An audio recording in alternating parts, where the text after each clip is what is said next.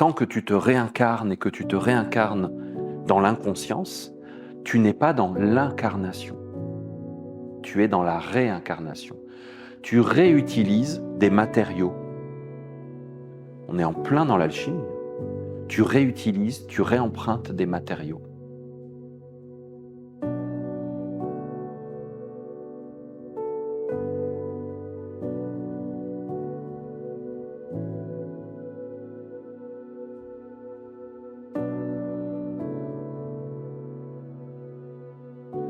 Vous voyez, pour les anciens,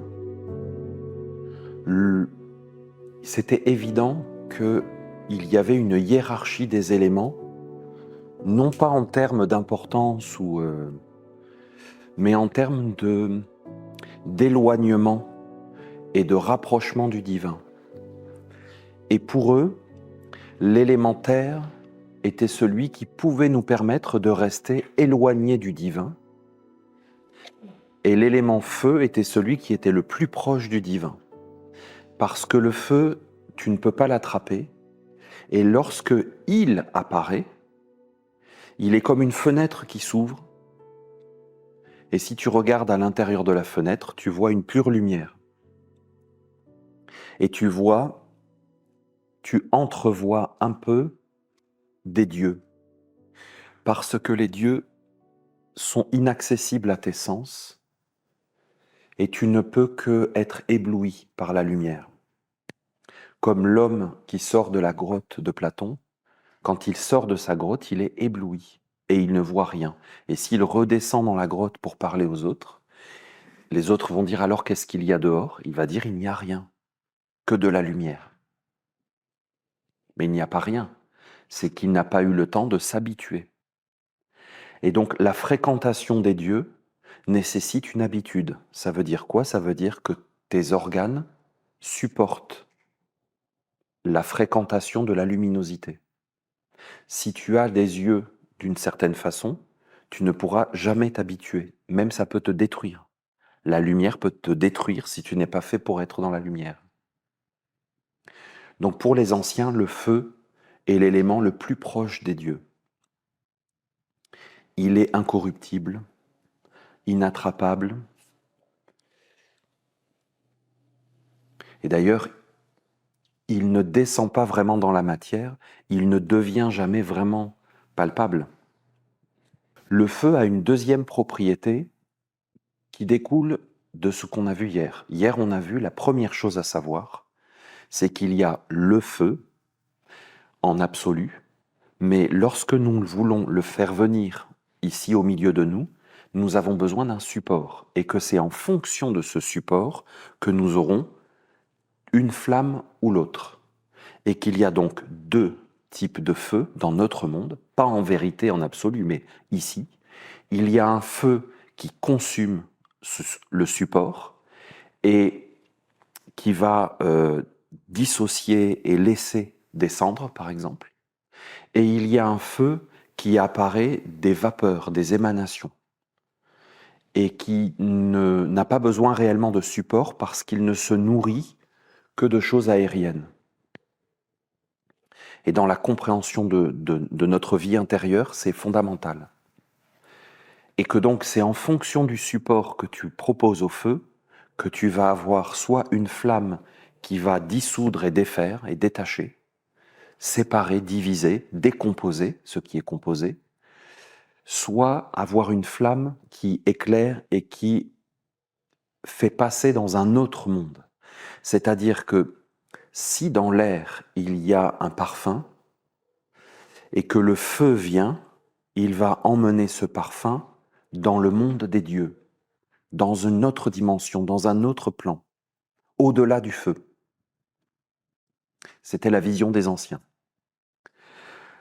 Maintenant, le deuxième principe du feu, c'est... Je vais reprendre mon petit bonhomme. Le principe du feu, alors c'est le deuxième, parce qu'on a vu que le premier, c'est qu'il apparaît en fonction du support qu'on lui offre dans notre monde. Donc, tu comprends, le premier principe, ça serait que dans notre monde, nous n'avons jamais vraiment accès au feu absolu. parce que nous avons toujours besoin d'un support, parce que nous vivons dans cette dimension. Le deuxième principe, c'est celui du transfert d'énergie.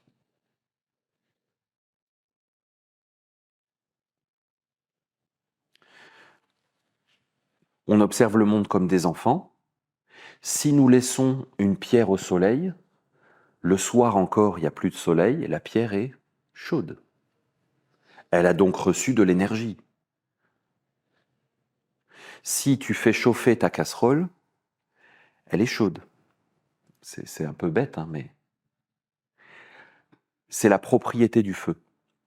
Il transfère de l'énergie.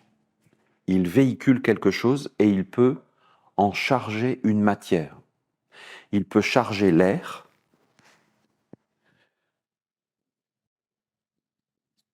il peut charger l'air, il peut charger l'eau et il peut charger la terre d'énergie.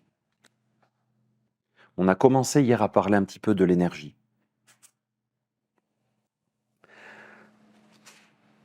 Mais de quelle énergie? Question du bon élève en alchimie tout de suite. Oui, mais de quelle énergie? Puisque il peut y avoir deux types de feu. Et que même, il y en a deux, mais après il y en a une infinité. Par exemple, le feu de l'excitation, le feu de l'enthousiasme, le feu de la créativité, le feu de la passion, le feu de la colère, tu comprends? On va décliner ça dans un grand nombre de choses qui vivent à l'intérieur de nous. Hein. Quel type d'énergie est transféré? Ça va être ça la question. Et comment nous pouvons accéder et saisir, étudier cette chose? Nos pensées, nos sentiments, nos désirs et nos actes.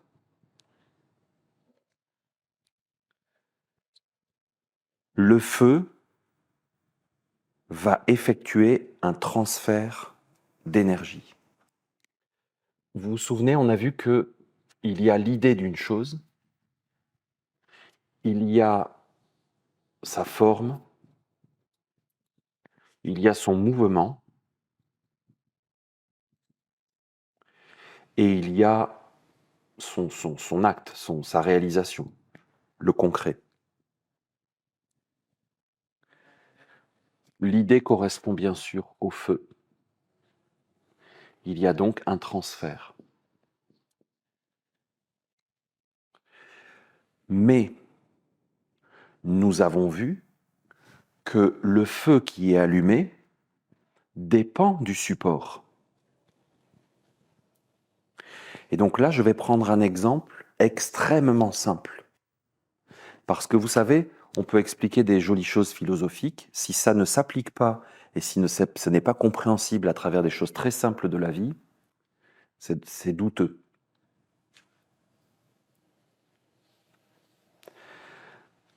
Quel est le support qui va appeler la flamme correspondante?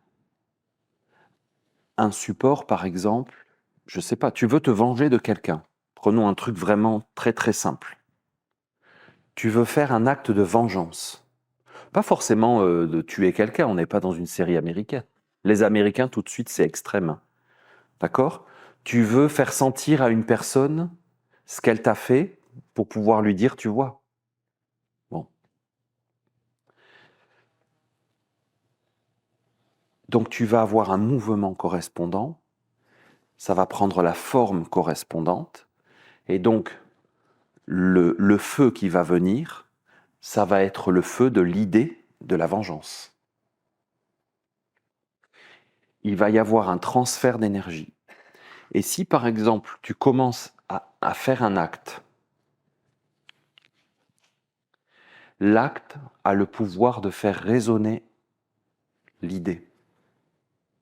Par exemple, tu ne sais pas exactement comment tu vas faire, mais tu te dis, tiens, je vais faire ça.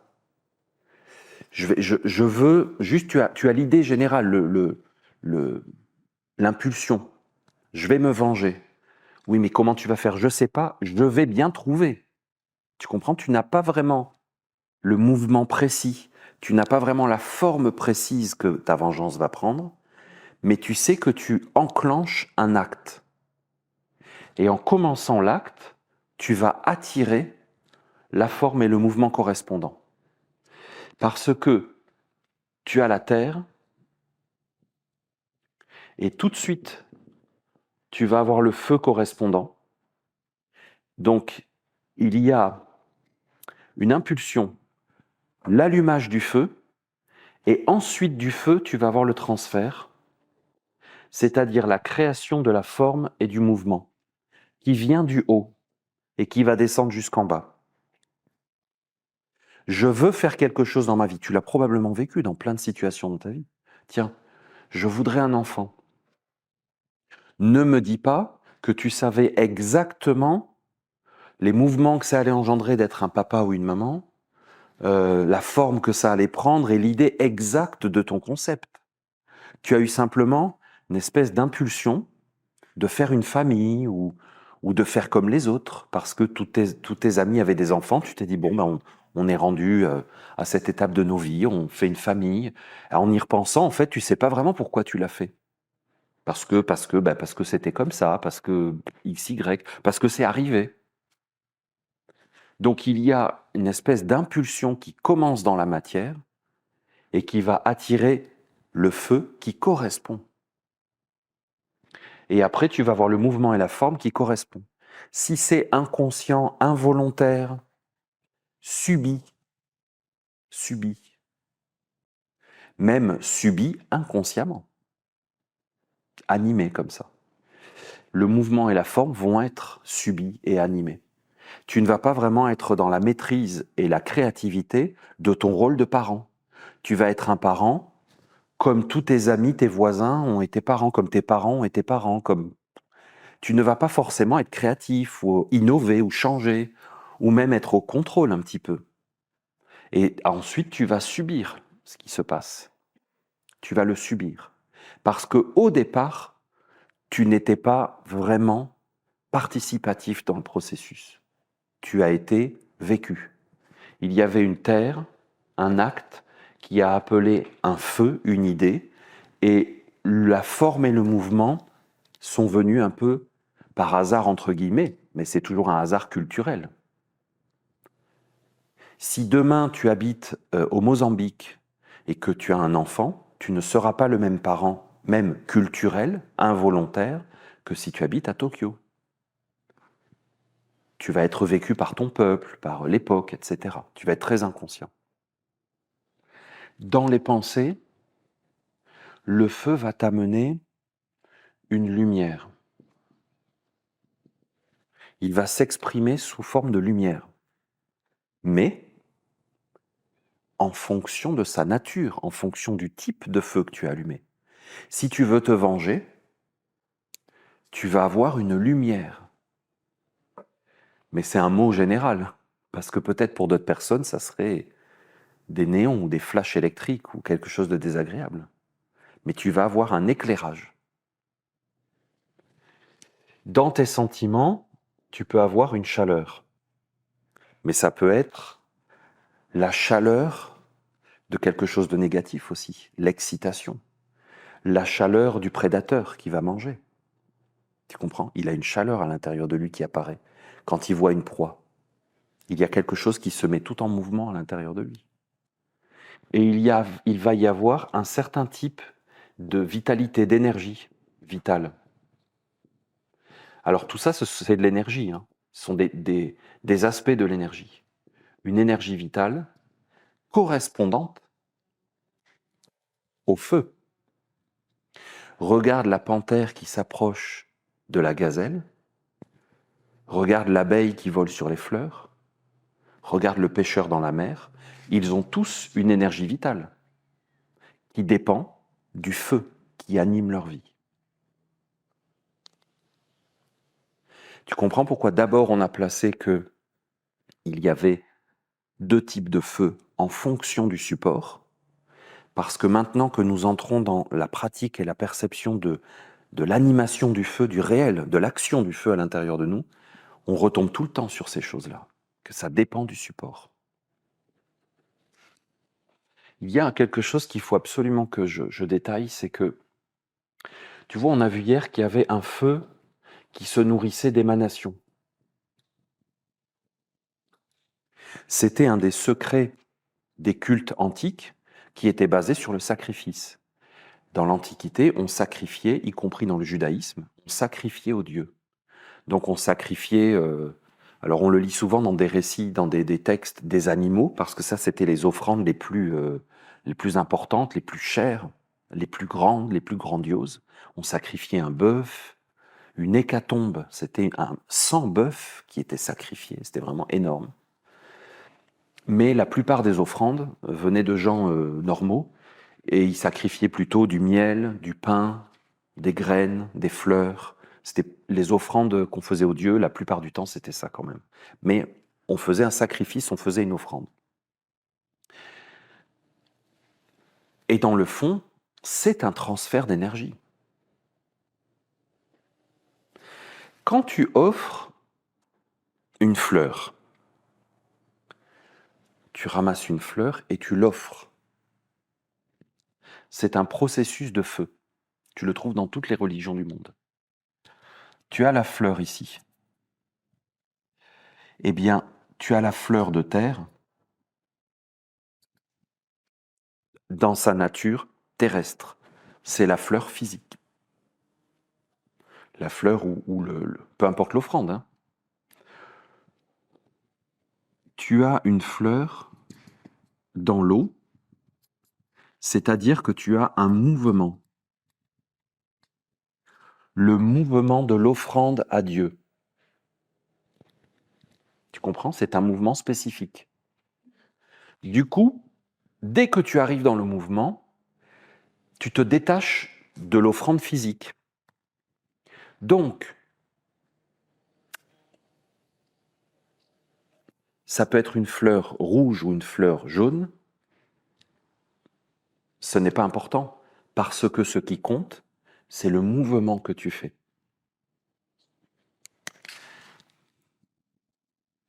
Dans l'air, ton offrande, elle a une forme.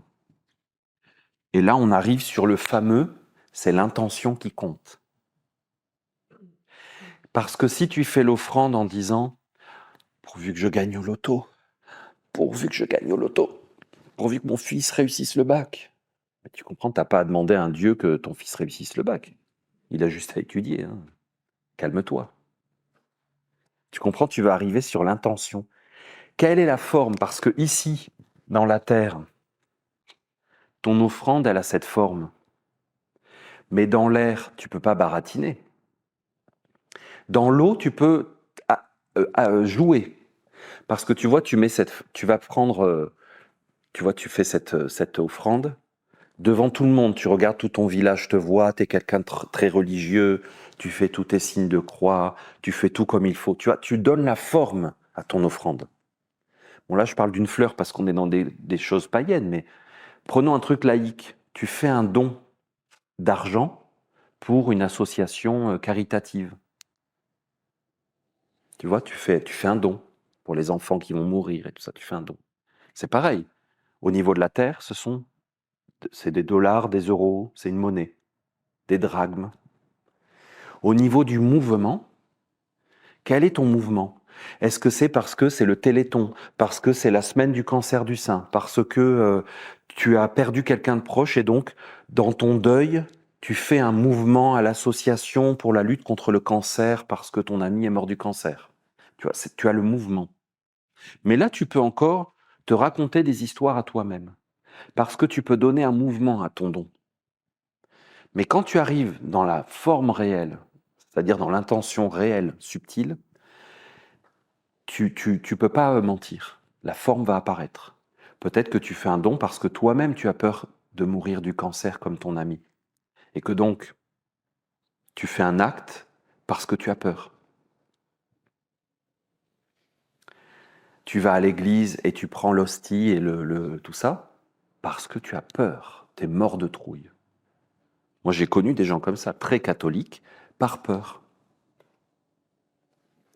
Donc, on peut pratiquer la même religion, avec un mouvement identique en apparence, mais avec une forme réelle intérieure complètement différente.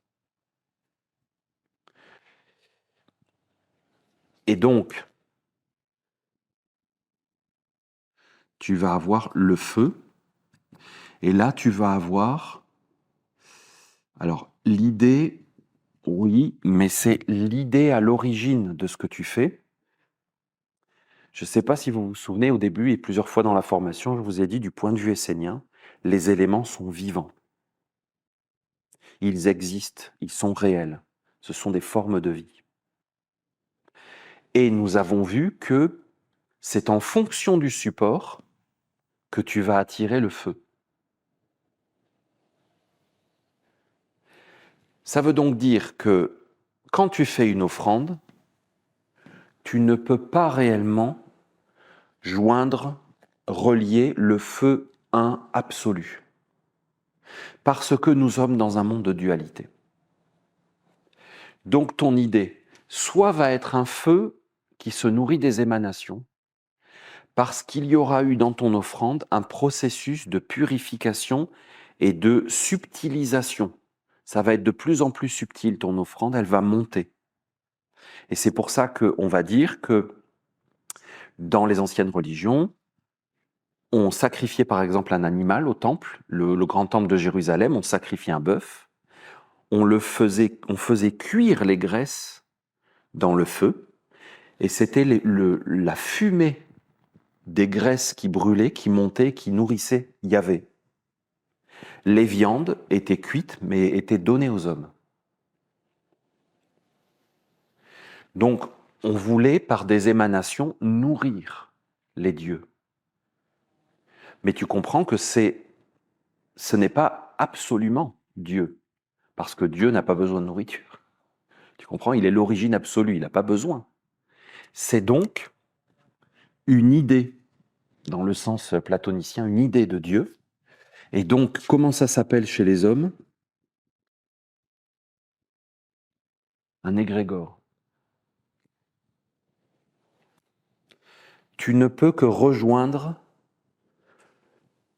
un égrégore, une idée.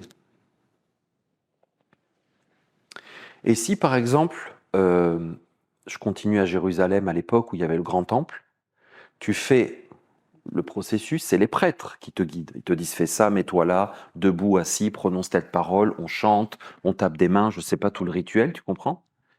Mais qui avait l'idée réelle de Yahvé? Les prêtres. Toi, tu te faisais une idée, une représentation, d'après ce que les prêtres t'avaient expliqué. Et si tu n'étais même pas éduqué, si tu étais une femme, puisque quand tu es une femme, tu ne peux pas être éduqué. Donc, les hommes avaient une représentation, et toi, tu n'étais que le mouvement de la religion. Tu n'avais pas réellement accès à la représentation. Et si tu étais un homme, tu avais accès à une représentation, mais tu n'avais pas vraiment accès à l'idée. C'était les prêtres qui avaient accès à l'idée réelle de Yahvé. Jésus.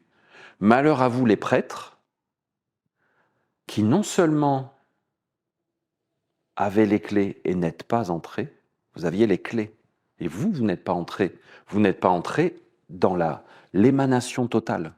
Mais en plus, vous avez empêché les autres d'entrer parce que vous avez placé ici au niveau du feu une croyance. Et donc, toutes les offrandes vont vers la croyance et vont alimenter l'égrégore. Égrégore qui est associé au feu et qui va correspondre au support.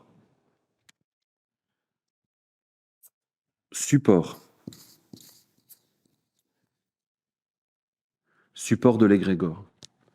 Donc, un égrégore est une co-création, une utilisation du feu, un transfert de l'énergie du feu par rapport au support que les humains lui donnent.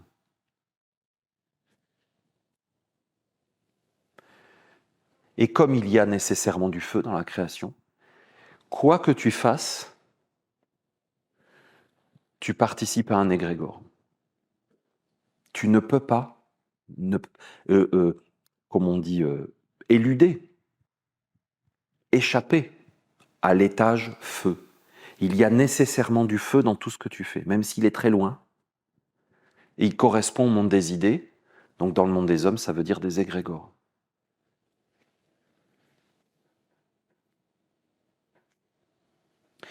Donc, tu comprends qu'il y a certains types d'offrandes.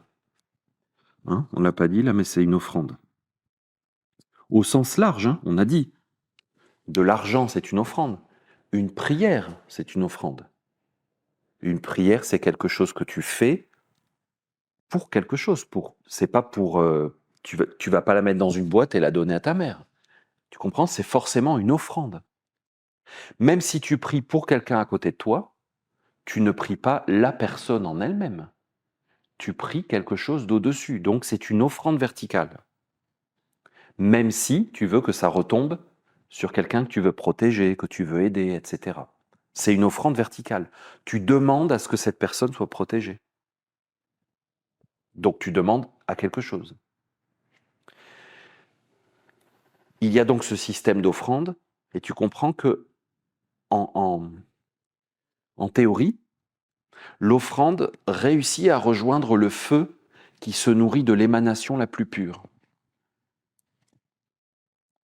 Mais on a vu hier qu'il y avait ici un feu de combustion qui va transférer, il transfère sa chaleur. Tu mets une casserole d'eau chaude à chauffer sur le feu pour faire des pâtes. Il y a un transfert de chaleur du feu à l'eau. Il y a un transfert. Tu peux tout à fait faire une offrande en étant animé par un feu de combustion. J'ai peur, mon Dieu, on va mourir, j'ai peur, c'est une catastrophe ce qui nous arrive. Il ne faut pas que ça arrive. Ça te fait faire quelque chose qui va correspondre directement à un égrégore. Or, vous vous souvenez, on a vu que ce feu de combustion finissait par comme séparer les choses, séparer le subtil de l'épais. Ça, c'est un processus d'alchimie, tu sépares le subtil et l'épais. Donc quand tu brûles une bûche, tu fais sortir, hein, on l'a vu hier, dedans tu fais sortir l'eau qu'il y a dans la bûche, l'air qu'il y a dans la bûche, la lumière qu'il y avait dans la bûche, et finalement il te reste la terre, les cendres. Tu sépares. Donc ça veut dire que tu peux tout à fait faire une offrande qui ne va jamais arriver ici, qui ne va jamais réussir à toucher le feu de l'émanation réelle, le feu qui vient d'en haut.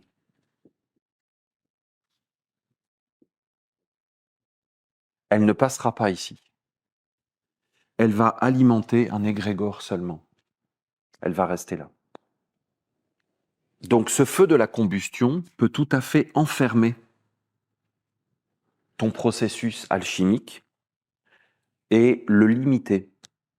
Et finalement, tu fais une offrande, tu fais une prière, tu fais quelque chose dans ta vie, et par le feu de la combustion, tout va être séparé et défait et détruit. On l'a très bien vu, on le connaît, des gens qui sont devenus des milliardaires, qui ont accompli des choses incroyables, et finalement, tout s'est effondré. Alexandre le Grand, voilà, il a fait un empire immense qui a duré 20 ans. Gengis Khan, sans arrêt, on le voit. Ou même des personnes, Onassis, puisqu'on est en grec. En Grèce, Aristote Onassis, il fait un empire, et puis après vous regardez sa famille. C'est la combustion. La combustion, par le transfert d'énergie, a fait monter, a donné une puissance. Il a eu une puissance de réalisation, Aristote Onassis, mais qui en réalité était une combustion. Et la question, c'est est-ce que de tout ce qu'il a fait dans sa vie, il y a quelque chose qui a pu passer et être pris et appelé, servir de support au feu de l'émanation supérieure? On a vu hier, c'est le Christ, le Saint-Esprit. Est-ce que quelque chose de tout ce qu'a bâti cet homme a pu être adoublé par le Saint-Esprit? À d'ombre.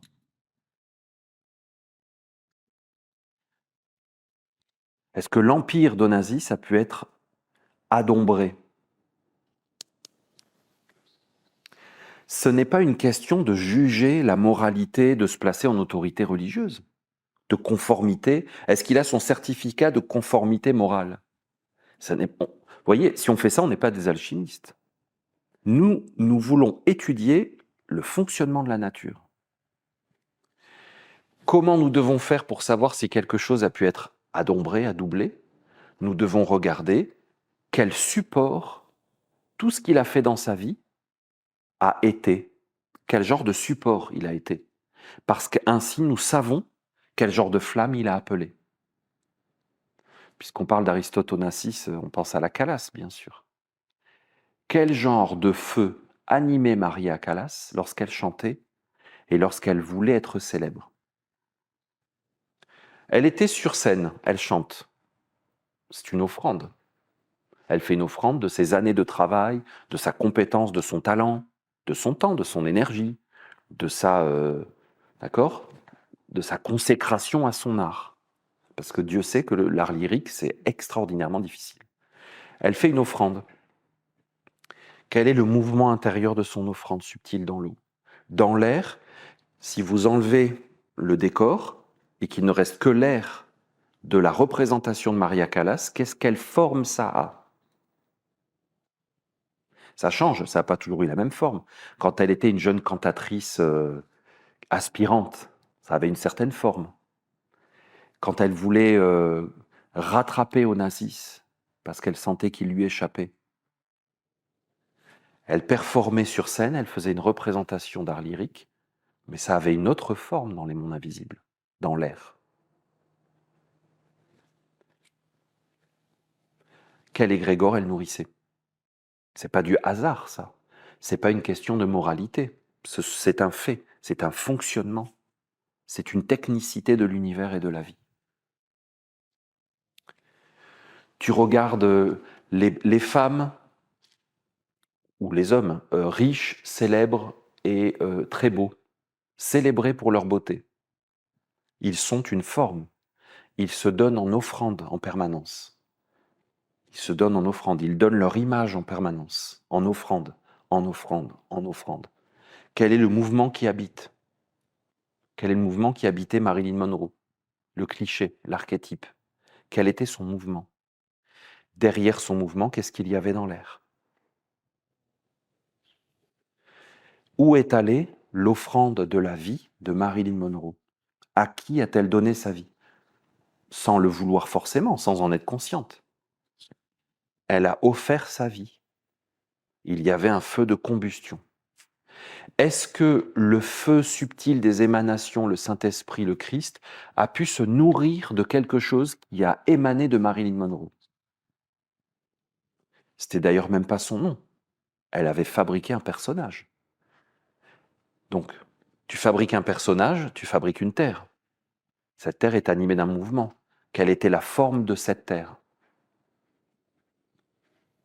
Tu comprends? On peut étudier comme ça toute la vie. Tout. Il n'y a pas d'exception. Tout est intéressant, utile, utilisable dans notre étude. Bien sûr, il vaut mieux vous étudier vous-même. Mais on peut étudier comme ça des personnages qui ont eu des vies spectaculaires et archétypales quasiment, tellement les traits sont gros, pour comprendre comment ça fonctionne et essayer d'avoir des déductions, mais il faut tout de suite retourner son regard vers l'intérieur pour nous regarder nous-mêmes. Comment on fonctionne? Est-ce qu'il y a des décalages entre ce qu'on fait comme offrande et donc ce qu'on pense qu'on fait, et puis l'égrégore final dans lequel ça va aller?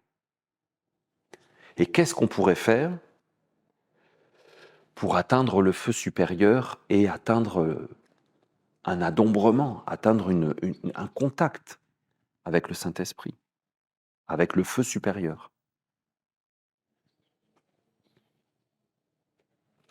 Tu vois, le feu de la combustion, par nature, va dissoudre et séparer tout ça. Est-ce qu'il est méchant? Non, je vous ai dit, c'est en fonction du support que tu vas attirer la flamme. Est-ce qu'un homme peut décider qu'il attire telle ou telle flamme? Non, c'est que ça se fait naturellement, c'est la vie qui décide. Ça se fait tout seul. Parce qu'il y a une protection dans l'univers. c'est que, tu vois, les Esséniens disent, je vais l'écrire ici, le mal porte en lui sa propre condamnation.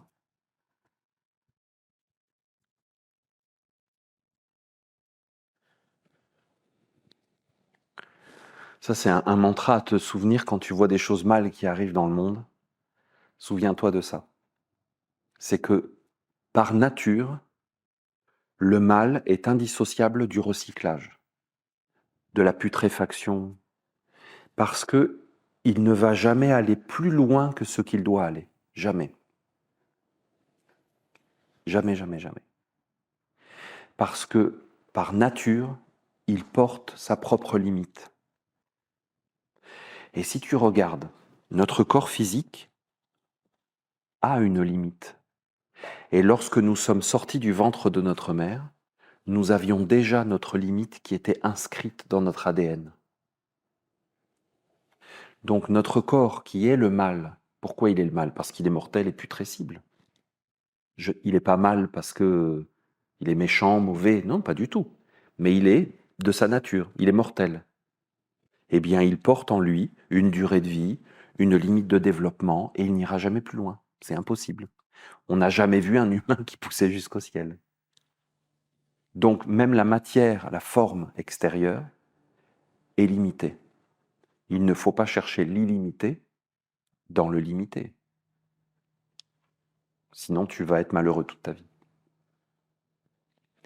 Le mal porte en lui sa propre condamnation et le feu de la combustion a pour mission, pour nature, de diviser tout ce qui peut être divisé.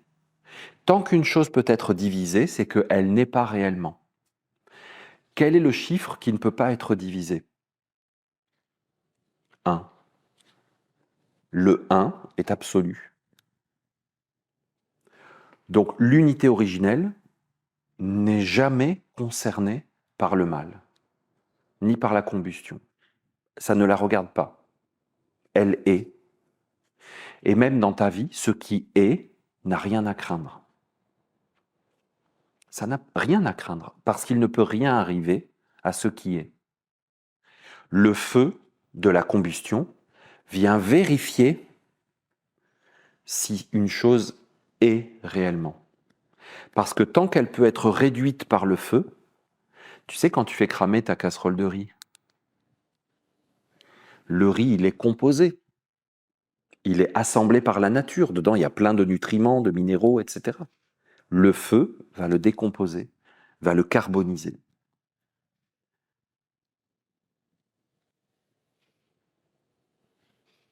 Donc le transfert d'énergie, même du feu de la combustion, il est bon.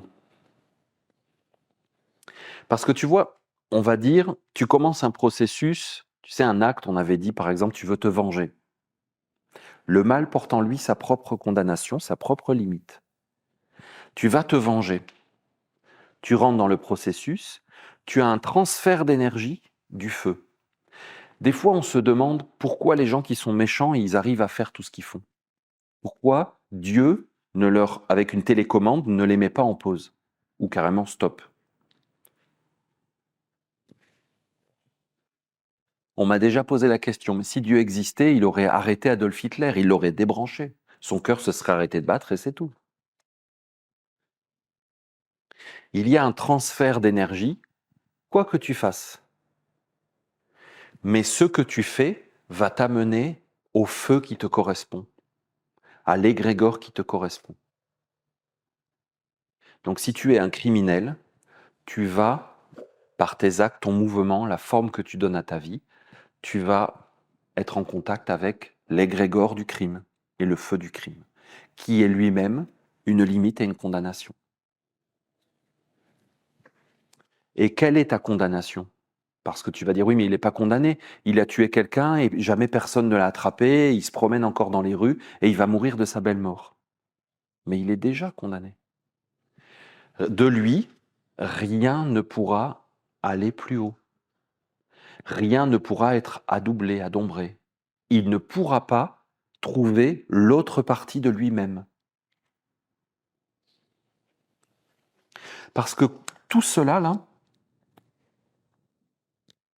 c'est des ou une expérience. Ce sont des expériences de vie. C'est donc un processus alchimique de transformation perpétuelle. Mais le but de ça, c'est qu'à un moment donné, il y a une chose qui sorte, qui émane, qui émerge. Parce que si on parle de transformation perpétuelle ici, on parle de recyclage. On est dans la Terre et on est sur la Terre à la surface et il y a un recyclage. Il y a un printemps, un été, un automne, et à l'automne, tout retombe dans la Terre et tout est recyclé. C'est les champignons, d'accord? On tourne comme ça. On est dans la digestion. D'ailleurs, on parle du feu de la digestion. La digestion est un feu. Un feu, une combustion. D'ailleurs, l'athanor, c'est le four de la digestion. C'est un four digestif. On règle la température constante pour faire une expérience alchimique. C'est très très proche de la digestion. Il n'y a rien qui peut sortir. Parce que tu restes ici dans le domaine de tes expériences. Et tant que tu es limité par des égrégores, tu ne te rencontres pas toi-même.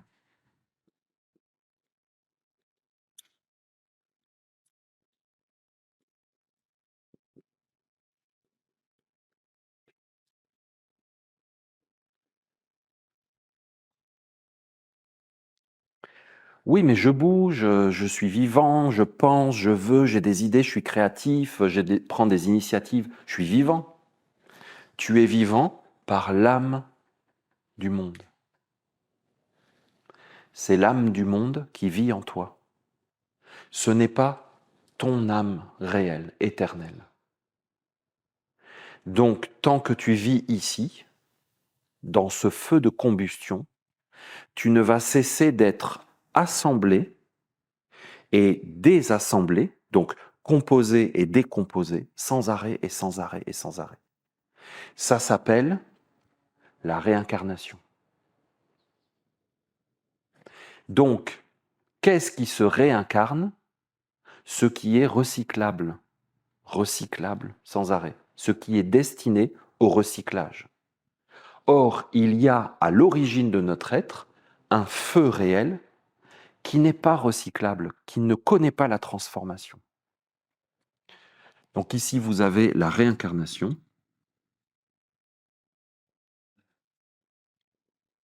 Ça veut dire que seul ce qui est ici se réincarne. Et ici, vous avez la résurrection. Et quand Jésus dit « laisse les morts enterrer les morts », il parle de ce processus de recyclage. Parce que pour lui, tant que tu te réincarnes et que tu te réincarnes dans l'inconscience, tu n'es pas dans l'incarnation. Tu es dans la réincarnation. Tu réutilises des matériaux. On est en plein dans l'alchimie. Tu réutilises, tu réempruntes des matériaux. Donc ici, normalement, la résurrection, c'est les mystères de l'incarnation. Et si vous étudiez un peu le christianisme, vous savez que Jésus, on parle de l'incarnation.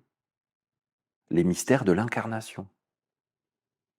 Parce que lorsque tu es ici et que tu te dis « Oh, je vais me venger », automatiquement tu appelles l'égrégore de la vengeance, qui est le feu qui éclaire et anime toutes les personnes qui sur Terre en ce moment sont dans un processus de revanche. Des petites même. Je ne parle pas de séries télé américaines, je vous dis. Parce qu'il n'y a quand même pas tous les jours des gens qui s'assassinent partout dans le monde. Il y en a un peu, mais enfin, c'est pas pour des vengeances. Il y en a. Donc, la revanche, la vengeance, est un égrégore. Si tu incarnes le feu de la revanche, de la vengeance, tu ne t'incarnes pas toi-même. Tu incarnes le feu de l'égrégore de la vengeance. Et le mal porte en lui sa propre condamnation. Ça veut dire que la destinée de la vengeance est déjà écrite et elle est limitée dans ce monde.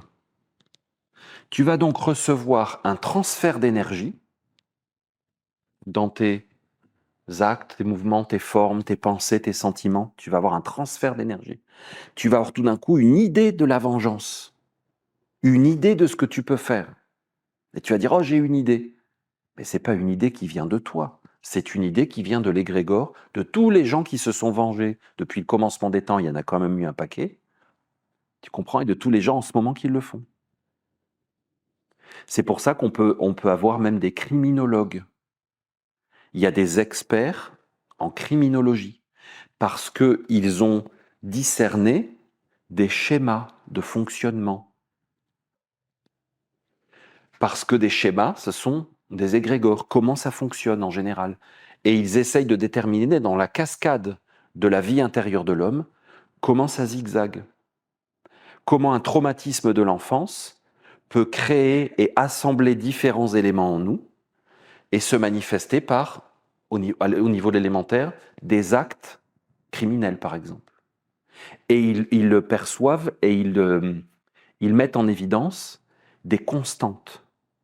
Et ils vont te dire, il y a une constante chez tel type de criminel. Ce sont des constantes, ce sont des lignes. Souvent, elles ne sont pas droites, elles sont très tordues d'ailleurs. Mais n'empêche que ce sont des constantes. Donc ici, nous sommes dans un monde de réincarnation, c'est-à-dire de combustion, c'est-à-dire de dissociation.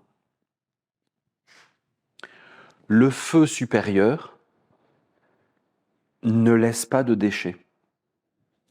Ici, il y a une production de déchets.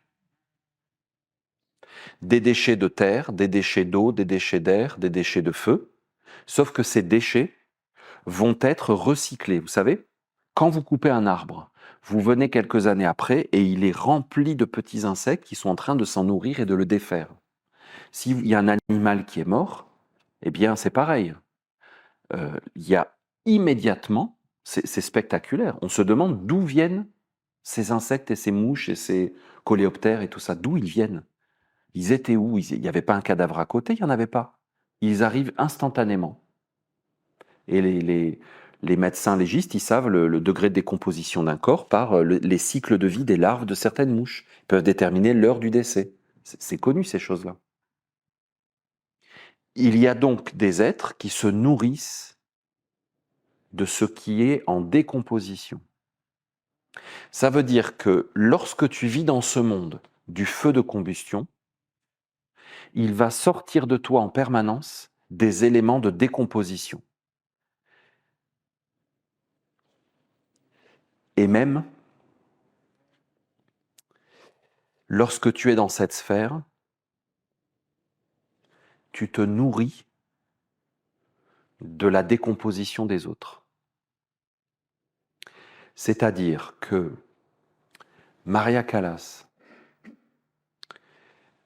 à un moment donné, elle a perdu son talent, ou ses capacités, ou son envie, ou son feu. Elle a perdu la flamme. On dit le feu sacré. Il a le feu sacré. Eh bien, il y a une autre ou un autre chanteur d'art lyrique qui l'a récupéré. C'est pour ça qu'il y a plusieurs chanteurs d'art lyrique. Et c'est pour ça que l'art lyrique se transmet à travers le temps. C'est une réincarnation. Donc, qu'est-ce qui se réincarne? Les déchets. Ce qui est décomposable. Qu'est-ce qui, normalement, en théorie, s'incarne? Notre âme éternelle. Mais vous voyez que c'est un objectif grandiose. Par exemple, je vous parle en français. Mon âme n'est pas française, mon âme réelle. Mais mon âme mortelle est française. Donc quand je vais mourir, je vais perdre le français. Le français va retourner au français. Et je vais peut-être m'incarner dans un autre pays avec une autre langue. Donc, je ne vais pas vraiment me réincarner. Ça ne sera pas du tout moi. Pas du tout. Peut-être que j'aurai d'autres talents, d'autres faiblesses, d'autres choses.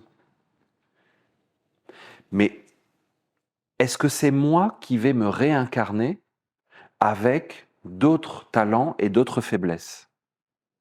Ou est-ce que je vais prendre les talents et les faiblesses qui sont déjà dans ce monde de recyclage? Tu vois, par exemple, mon grand-père était un dieu du calcul mental. Carrément, un dieu.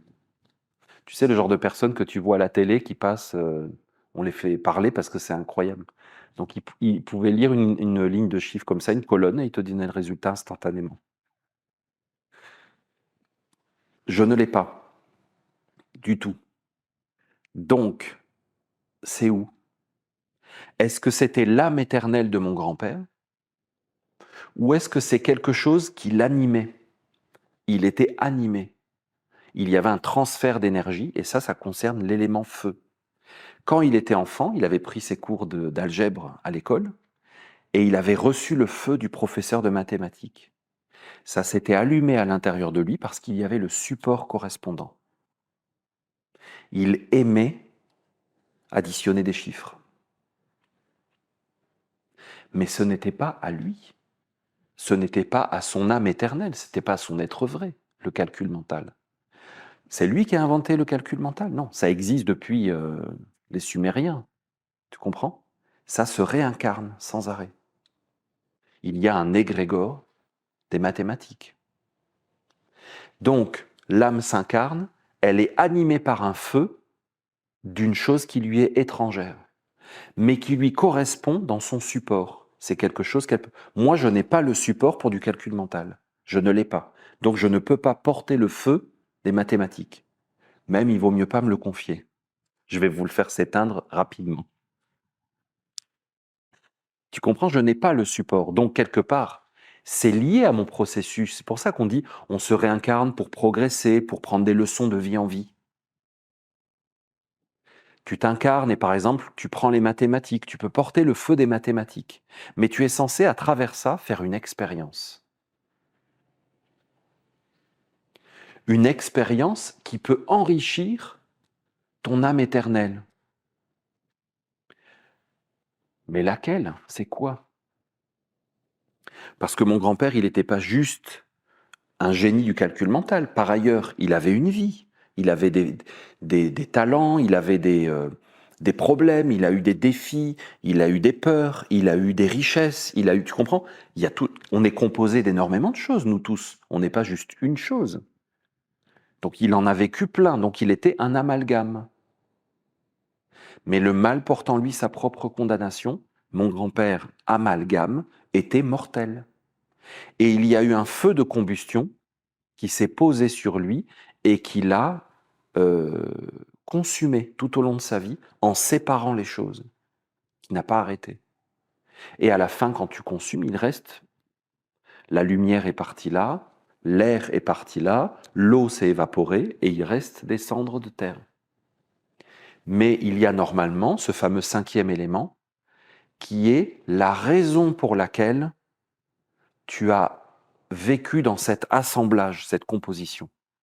Pourquoi tu fais le métier que tu fais? Pourquoi tu es un homme ou une femme? Pourquoi tu es né dans telle région du monde? Pourquoi tu as telle force, tel talent? Pourquoi tu as tel problème dans ta vie? Tu comprends? Il y a une raison supérieure. Ce que Platon appelle la raison. Tu comprends? La raison de Platon, c'est pas la raison, il faut raisonner, non, c'est la raison.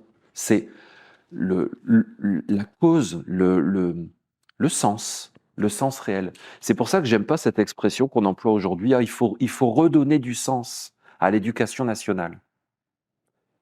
Alors on va faire pour ça un comité consultatif.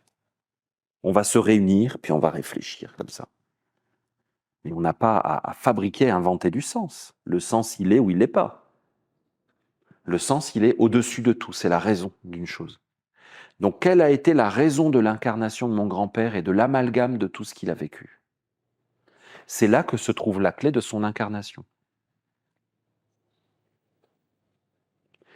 Une fois qu'il s'est défait de tout ce qu'il a vécu, qu'il le composait par le feu de la combustion, qu'est-ce qui est resté? Est-ce que quelque chose a pu nourrir un feu supérieur de l'émanation? Est-ce que le Saint-Esprit a pu venir se poser sur quelque chose qui sortait, qui émanait de lui? Là est la question. Être ou ne pas être?